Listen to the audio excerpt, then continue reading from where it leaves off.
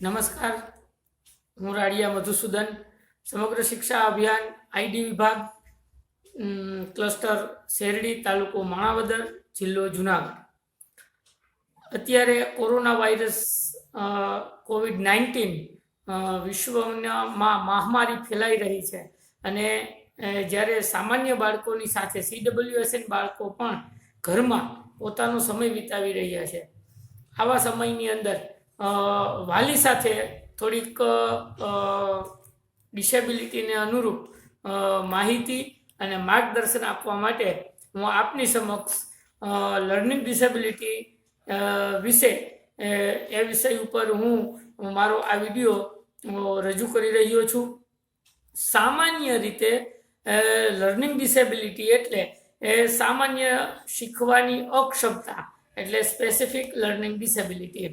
Learning disability એ અહીં સામાન્ય અર્થમાં જોઈએ તો ધીમું શીખનારને પણ આપણે લર્નિંગ ડિસેબલ ચાઇલ્ડ તરીકે પણ ઓળખીએ છીએ. ધીમું શીખનાર કોને કહેવાય? તો તેના માટે થોમસ પિન્ચન દ્વારા લખાયેલી ટૂંકી વાર્તાઓનો જે સંગ્રહ સમૂહ છે તેનો અભ્યાસ કરવો, તેનું વાંચન કરવું ખૂબ આવશ્યક બની જાય છે. ખૂબ રસપ્રદ વાર્તાઓ તેને પોતાના આ ટૂંકી વાર્તાઓની અંદર લર્નિંગ ડિસેબલ માટેની બહુ સુંદર વર્ણન કરવામાં આવેલું છે. સ્પેસિફિક લર્નિંગ ડિસેબિલિટીની વ્યાખ્યા આપણે જોઈએ તો સામાન્ય રીતે શીખવાની અસમર્થતા, સ્પેસિફિક લર્નિંગ ડિસેબિલિટી અથવા તો શીખવાની અવ્યવસ્થા, લર્નિંગ ડિસઓર્ડર અથવા તો શીખવામાં મુશ્કેલી, લર્નિંગ ડિફિકલ્ટી, એવી મુશ્કેલી કે જે મગજમાં એવી સ્થિતિ ઊભી કરે છે કે જે માહિતી સમજવામાં અથવા તો તેની પર પ્રક્રિયા કરવામાં મુશ્કેલી લાવે છે. તો લર્નિંગ ડિસેબિલિટીને આપણે અન્ય વિવિધ નામોથી પણ ઓળખવામાં આવે છે, જેમાં શીખવામાં તકલીફ, પછી બિન વ્યાવસાયિક શૈક્ષણિક વિકાર તરીકે પણ આને ઓળખવામાં આવે છે. વિકાસલક્ષી શૈક્ષણિક અવ્યવસ્થાને પણ આપણે લર્નિંગ ડિસેબિલિટી તરીકે ઓળખવામાં આવે છે. આવી રીતે અધ્યયનની અક્ષમતા, શૈક્ષણિક કુશળતા હોય પણ એ શૈક્ષણિક કુશળતાને વિકાસલક્ષી પછી અવ્યવસ્થા બાળકમાં હોય તો એ પણ લર્નિંગ ડિસેબિલિટી તરીકે ઓળખવામાં આવે છે. તો આવી રીતે લર્નિંગ ડિસેબિલિટીને વિવિધ નામોથી એ બધા સંશોધનકારો ઓળખાવે છે. હવે શીખવાની ક્ષમતા અક્ષમતાની અસરો કેવી રીતે હોય છે તેના વિશે આપણે વાત કરીએ તો માત્ર શૈક્ષણિક પરિણામ સુધી જ આ અસર મર્યાદિત નથી રહેતી. શીખવાની અક્ષમતા છે એ શૈક્ષણિક રીતે ખાલી શીખવાની એક મર્યાદા સુધી જ લર્નિંગ ડિસેબિલિટી છે એ પોતાનું કહીએ કે આપણે મર્યાદામાં રહેતી નથી, પરંતુ શીખવાની અક્ષમતા ધરાવનાર વ્યક્તિ પણ સામાજિક સમસ્યાઓનો અનુભવ કરતી હોય છે. લર્નિંગ ડિસેબિલિટી છે એ સામાજિક સમસ્યા પણ ઉત્પન્ન કરી શકે છે. એટલે લર્નિંગ ડિસેબિલિટી એક આત્મગૌરવ સંબંધને આકાર આપવા માટે પણ ઘણા સંશોધન થયા છે. આત્મગૌરવ એ વ્યક્તિની ખૂબ મહત્વની બાબત છે, પણ આની ઉપર આત્મગૌરવ અને તેને મેળવવા માટે લર્નિંગ ડિસેબિલિટીના સંબંધ બાબતે ઘણા બધા સંશોધનો થયા છે. ત્યાર પછી આપણે આગળ જોઈએ કે આ ઉપરાંત અન્ય ઘણા પરિબળો આત્મગૌરવને પ્રભાવિત કરે છે અને લર્નિંગ ડિસેબિલિટીને પણ ઘણા બધા પરિબળો અસરકારક રીતે અસર કરતા હોય છે. આગળ જોઈએ કે આપણે સંશોધકોનું પણ એવું માનવું છે કે આત્મગૌરવના આત્મસન્માનના સુધારા માટે રમતગમત અને આર્ટ્સ જેવા બિન શૈક્ષણિક ક્ષેત્રની કુશળતા મહત્વનો ભાગ ભજવે છે. બીજી મહત્વપૂર્ણ બાબત આપણે જોઈએ તો અક્ષમતા ધરાવતા આ વિદ્યાર્થીઓ શૈક્ષણિક કુશળતા અને બૌદ્ધિક ક્ષમતા એ દર્શાવે છે કે વિદ્યાર્થીઓ પોતાની અને કુશળતા અને બૌદ્ધિક અક્ષમતા વચ્ચેનો તફાવત જો પારખી શકશે, આ બાબત એ દર્શાવે છે કે વિદ્યાર્થીઓ પોતાની શૈક્ષણિક મર્યાદાઓને સ્વીકારે છે કે હું આ કાર્ય કરવા માટે અસક્ષમ છું, પણ સાથે સાથે તેને પોતાની અંદર રહેલી બિન શૈક્ષણિક કુશળતાનો પણ એને ખ્યાલ હોય છે કે હું ભણવામાં નબળો છું, પણ હું આ પ્રવૃત્તિ કરવામાં હું સારી રીતે આ પ્રવૃત્તિ કરી શકું છું. એ બાબતનો તેને પોતાને ગૌરવ થતું હોય છે અને એ એક બૌદ્ધિક કુશળ વ્યક્તિ તરીકે પોતાને જોતો હોય છે.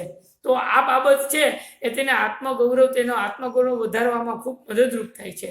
શીખવાની અક્ષમતાના પ્રકારો ને વિવિધ તબક્કે વર્ગીકૃત કરવામાં આવે છે અને આ વર્ગીકૃત કરવામાં માટે જોઈએ તો 4 તબક્કા છે તેના આધારે આને વર્ગીકૃત કરવામાં આવે છે. શીખવાની અક્ષમતાને લીધે અસરગ્રસ્ત માહિતી પ્રક્રિયા અથવા સમજવાની ખાધને લીધે થતી મુશ્કેલીઓ દ્વારા શીખવાની અક્ષમતાને વર્ગીકૃત કરવા માટે 4 તબક્કા ખૂબ મહત્વના હોય છે. આ 4 તબક્કાને આપણે જોઈએ તો સૌથી પહેલું કોઈ પણ માહિતી મેળવવી, મતલબ ઇનપુટ. કોઈ પણ માહિતીને આપણે મેળવવી તો એ ઇનપુટ છે, પહેલો તબક્કો. બીજો તબક્કો છે માહિતીને આપણે એકત્રીકરણ કરવું, એનું એકીકરણ કરવું, તો આ બીજો તબક્કો છે. ત્યારબાદ ત્રીજો તબક્કો છે માહિતીને સંગ્રહ કરવી, સ્ટોરેજ કરવી, આ ત્રીજો તબક્કો છે. ત્યારબાદ ચોથો તબક્કો છે એ માહિતી આપવી, આઉટપુટ. જ્યારે કોઈ આપણને પ્રશ્ન પૂછે ત્યારે આપણે સંગ્રહ કરેલી માહિતીમાંથી માહિતીને ક્રમબદ્ધ વિગતવાર લાઈનમાં ગોઠવી અને તેને પાછી જવાબના રૂપમાં રજૂ કરવી. તો આ વસ્તુ, આ 4 તબક્કા છે એ લર્નિંગ ડિસેબિલિટીની અંદર તેના વિવિધ પ્રકારોને આઈડેન્ટિફાઈ કરવા માટે ખૂબ મહત્વના છે. તો આપણે ઇનપુટ વિશે થોડી માહિતી મેળવીએ તો માહિતી મેળવવી તો આપણને ઈશ્વર દ્વારા 5 જ્ઞાનેન્દ્રિય આપવામાં આવેલી છે. તો આ 5 જ્ઞાનેન્દ્રિયમાં દ્રષ્ટેન્દ્રિય, શ્રવણેન્દ્રિય, ઘ્રાણેન્દ્રિય, સ્પર્શેન્દ્રિય, તો આવી રીતે અને ત્યાર પછી આપણે આ બધી ઇન્દ્રિયો દ્વારા આપણે જ્ઞાન પ્રાપ્ત કરીએ છીએ. તો જ્યારે કોઈ દ્રષ્ટિની અક્ષમતા ધરાવતું હોય, લો વિઝન બાળક હોય અથવા તો ધૂંધળું દેખાતું હોય તો તેને જોઈ અને જે માહિતી મેળવવાની હોય છે તેમાં તેને મુશ્કેલી અનુભવતા હોય છે.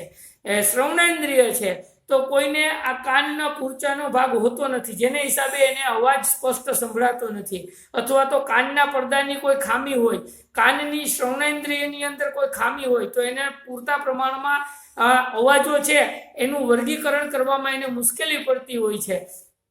ત્યારબાદ સ્પર્શ. અમુક બાળકો હોય તો તેને સ્પર્શેન્દ્રિય એની ખૂબ નબળી હોય, ઠંડા ગરમનો ખ્યાલ નથી આવતો, તો આવી રીતે સ્પર્શેન્દ્રિય દ્વારા પણ એને જ્ઞાન મેળવવામાં મુશ્કેલી થતી હોય છે. ઘ્રાણેન્દ્રિય, સૂંઘી અને ગંધ, સુગંધ, દુર્ગંધ, આ બધી વસ્તુઓનો ભેદ પારખવામાં તેને મુશ્કેલીઓ પડતી હોય છે. તો આ બધી માહિતી છે એ મેળવવા માટે આ જ્ઞાનેન્દ્રિય દ્વારા આપણે માહિતી મેળવતા હોઈએ છીએ. પણ જ્યારે આ ઇન્દ્રિયો જ કોઈ કારણોસર આપણને જ્ઞાન પ્રાપ્ત કરવામાં મુશ્કેલી આપતી હોય ત્યારે આપણે સારા પ્રમાણની અંદર માહિતી એકત્રિત મેળવી શકતા નથી. ત્યારબાદ માહિતીનું એકત્રીકરણ. તો એકીકરણની અંદર કોઈ પણ માહિતીને ક્રમબદ્ધ રીતે રજૂ કરવામાં મુશ્કેલી અનુભવવામાં આવતી હોય છે. જેમ કે આપણે અઠવાડિયાના વારના નામ છે તો વારના નામ 7 વારના નામ બાળકને આવડતા હોય, પણ રવિવારથી માંડી અને શનિવાર સુધી જ્યારે એને ક્રમમાં બોલવાનું કહેવામાં આવે તો એ સારી રીતે એવી રીતે બોલી શકતો નથી, યાદ રાખી શકતો નથી ક્રમની અંદર. એવી જ રીતે કોઈ પણ વાર્તા હોય તો વાર્તાના મુદ્દાઓને ક્રમમાં ગોઠવેલા હોય, તો વાર્તામાં ઉપસહાર છે એ પહેલા બોલી જતો હોય છે, પ્રસ્તાવના હોય છેલ્લે બોલાતી હોય છે. તો આવી રીતે વાર્તાના ક્રમના મુદ્દાઓને પણ ક્રમસર રજૂ કરી શકવામાં કે યાદ કરવામાં તેને મુશ્કેલી અનુભવાતી હોય છે. તો આ છે એ કોઈ પણ માહિતીનું એકીકરણ કરવાની વાત છે. ત્યારબાદ આપણે આગળ જોઈએ તો સંગ્રહ કરવાની વાત, સ્ટોરેજ. તો આપણે સામાન્ય રીતે લોંગ ટર્મ મેમરી અને શોર્ટ ટર્મ મેમરી બે પ્રકારની મેમરી આપણા મગજની અંદર માહિતીનો સ્ટોરેજ કરે છે. તો જ્યારે કોઈ પણ માહિતીને લાંબા ગાળા કે ટૂંકા ગાળાની મેમરીની અંદર સંગ્રહિત કરવાની વાત આવે તો ત્યારે અમુક સામાન્ય પ્રયત્નો દ્વારા જે માહિતી યાદ રાખી શકાતી હોય છે ત્યારે ત્યાં વધારે પુનરાવર્તનની જરૂર પડતી હોય છે. તો આવા તબક્કે પણ શીખવાની અક્ષમતા છે એ આપણને જોઈ શકીએ છીએ. ત્યારબાદ આગળ જોઈએ તો માહિતી આપવાની વાત આવે, આઉટપુટ. તો કોઈ પણ પ્રકારની માહિતી જ્યારે આપણને પ્રશ્ન પૂછવામાં આવે છે ત્યારે એ પ્રશ્ન પૂછ્યો એને આપણે જ્યારે પ્રત્યુત્તરમાં જવાબ દેવાનો આવે છે ત્યારે આપણે સંગ્રહ કરેલી મેળવેલી માહિતીઓ હોય તેને મગજમાં યાદ કર્યા પછી તેને વિચારોની અંદર ક્રમબદ્ધ રીતે વિચારોમાં ગોઠવી અને ગોઠવા બાદ એ વિચારોને શાબ્દિક રીતે જવાબના રૂપમાં પ્રત્યુત્તર આપવામાં આપણને ખૂબ મુશ્કેલી પડતી હોય છે. તો આ છે આઉટપુટને લગતી. તો આ 4 તબક્કામાં વર્ગીકૃત થયેલી અને આ 4 તબક્કાને આધારે લર્નિંગ ડિસેબિલિટીના વિવિધ પ્રકારો સંશોધકો દ્વારા પાડવામાં આવેલા છે. તો એમાં સામાન્ય રીતે આપણે 3 પ્રકારોનો આપણે સમાવેશ કરેલો છે. તો સૌથી પહેલા લર્નિંગ ડિસેબિલિટીની અંદર સૌથી પ્રથમ પ્રકાર જોઈએ તો એ આપણો છે ડિસ્લેક્સિયા. ડિસ્લેક્સિયા એટલે વાંચવાની અક્ષમતા. કોઈ પણ બાળક હોય એ વાંચવાની અંદર કોઈ શબ્દ છે એ વાંચવામાં મુશ્કેલી અનુભવતો હોય, જોડિયા શબ્દો વાંચવામાં એને મુશ્કેલી થતી હોય, વાંચનની સ્પીડ, વાંચનની ઝડપ, તેની ઉંમર અને તેના કક્ષા પ્રમાણે તે ખૂબ ધીમી હોય, બાળક છે એ એનું ઉચ્ચારણ સ્પષ્ટ ન કરી શકતું હોય, બાળક તૂટક વાંચતું હોય, તો આ વાંચવાની અક્ષમતા છે એ ડિસ્લેક્સિયા પ્રકારની અંદર આપણે જોઈ શકીએ છીએ.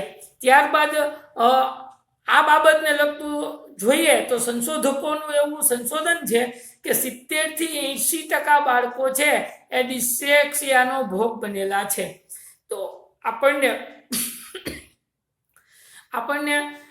શાળાની અંદર બાળક જ્યારે વાંચવાની અક્ષમતા અનુભવતું હોય તો ત્યારે તેને પૂરતો સમય મળી રહે, તેની આ ખામીઓને દૂર કરવા માટેના વિવિધ પ્રયાસો, તેને પ્રોત્સાહિત કરવા માટેની વિવિધ પ્રવૃત્તિઓનો આપણે ઉપયોગ કરી અને તેની આ ડિસ્લેક્સિયા એટલે કે વાંચવાની અક્ષમતાને આપણે ધીમે ધીમે હળવી કરી શકીએ. જોડિયા શબ્દો બાદ હવે આપણે જોઈએ બીજો પ્રકાર છે ડિસ્ગ્રાફિયા. ડિસ્ગ્રાફિયા એટલે લખવાની અક્ષમતા. કોઈ પણ બાળક હોય તે બોલી વાંચી સારી રીતે શકતું હોય પણ જ્યારે લખવાનું આવે ત્યારે એ ટની જગ્યાએ ડ લખે, ધની જગ્યાએ ઠ લખે. આવી રીતે શબ્દો છે, અક્ષરો છે એ બદલી જતા હોય, ખોટા લખાતા હોય, વાક્યની અંદર પ્રોપર અક્ષરો ન હોય, જોડણીઓની વારંવાર ભૂલ થતી હોય, વિરામ ચિહ્નોની વારંવાર ભૂલ થતી હોય, એકની એક ભૂલ છે એ પુનરાવર્તન થઈ રાખતું હોય. તો આવી રીતે સ્નાયુવિક અક્ષમતાને લીધે તેના લેખનમાં મુશ્કેલી થતી હોય, ખરાબ અક્ષર પુષ્કળ થતા હોય, તો આ છે એ આપણે ડિસ્ગ્રાફિયાની અંદર આ બધી વસ્તુઓનો સમાવેશ થાય છે. ત્યારબાદ આપણે જોઈએ તો ડિસ્કેલ્ક્યુલિયા. તો ડિસ્કેલ્ક્યુલિયા છે એ ગાણિતિક એટલે કે ગણિતની અસમર્થતા, ગાણિતિક અસમર્થતા માટે એનો આ ત્રીજો પ્રકાર આપણને દર્શાવવામાં આવે છે.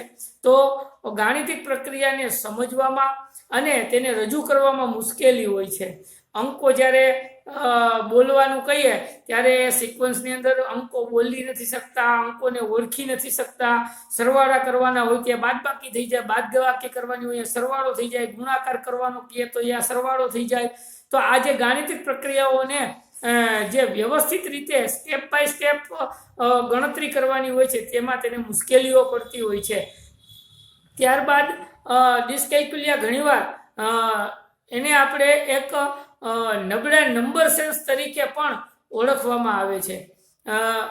હું વાલીઓને જરૂર એક બાબત જણાવીશ કે જે થોડા સમય પહેલાં આવેલી ફિલ્મ છે તારે ઝમી પર, તેની અંદર પણ આ સ્લો લર્નર બાળક, લર્નિંગ ડિસેબલ બાળકની ઉપર જ આખી આ ફિલ્મનું ફિલ્માંકન કરવામાં આવેલું છે અને એ ફિલ્મને ખૂબ સારી રીતે આ વિષયને સમજાવવામાં મહત્વનો ભાગ ભજવેલો છે.